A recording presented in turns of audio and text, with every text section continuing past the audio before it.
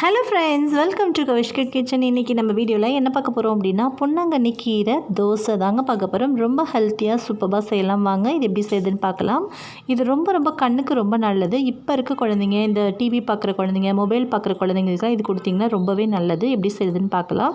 ஒரு கைப்பிடி அளவுக்கு நான் பொன்னாங்கண்ணி கீரை கழுவி வாஷ் பண்ணி எடுத்து வச்சுருக்கேன். இது 2 தோசைக்கு கரெக்டாக இருக்கும். இதை ஒரு மிக்ஸி ஜாரில் சேர்த்துக்கலாம். கூட ஒரு 3 பல் அளவுக்கு பூண்டு சேர்த்துக்கலாம். கொஞ்சம் போல் சீரகம் சேர்த்துக்கலாம். கூடவே ஒரு 2 பச்சை மிளகாய் சேர்த்துக்கலாம் காரத்துக்கு ஏற்ப. கொஞ்சமாக மல்லித்தலை சேர்த்துக்கலாம். இதை சேர்த்துட்டு கொஞ்சம் போல் இஞ்சி, அதான் ரொம்ப குட்டியாக இஞ்சி சேர்த்துக்கலாம். இதையும் சேர்த்துட்டு மிக்ஸி ஜாரை நல்லா அரைச்சிக்கலாம். அரைச்சிட்டு கரகரப்பாக அரைச்சி எடுத்ததுக்கப்புறமா கொஞ்சமாக தண்ணி சேர்த்துட்டு மறுபடியும் அரைச்சிக்கலாம். நைஸாக அரைச்சிக்கலாம்.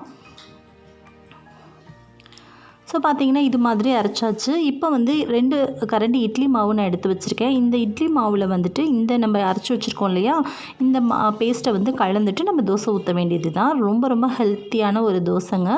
உங்களுக்கு உப்பு இட்லி மாவுலேயே இருக்கும். சப்போஸ் வேணும்னா நீங்கள் உப்பு சேர்த்துக்கோங்க. எனக்கு இட்லி மாவுலேயே உப்பு இருக்கனால நான் இதில் உப்பு சேர்த்து அரைக்கலை. இப்போது மாவு நல்லா கலக்கி விட்டுட்டு தோசை டவா ஒரு பக்கம் சூடாகிட்டுருக்கு. இப்போ நம்ம ஊற்ற ஆரம்பிச்சிடலாம். ஸோ நம்மளோட ஹெல்த்தியான பொன்னாங்கண்ணி கீரை தோசை ரெடி ஆகிடுச்சு. இந்த தோசைக்கு நம்ம குருமா, சால்னா, தேங்காய் சட்னி, மிளகாய் சட்னி, தக்காளி சட்னி எல்லாமே ரொம்ப சூப்பர் காம்பினேஷனாக இருக்கும். எஸ்பெஷலி தேங்காய் சட்னி ரொம்பவே டேஸ்ட்டு சூப்பராக இருக்கும்.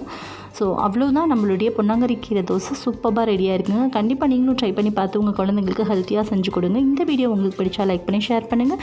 மறக்காமல் நம்ம சேனல் கவிஷ்கட் கிச்சனை சப்ஸ்கிரைப் பண்ணிக்கோங்க.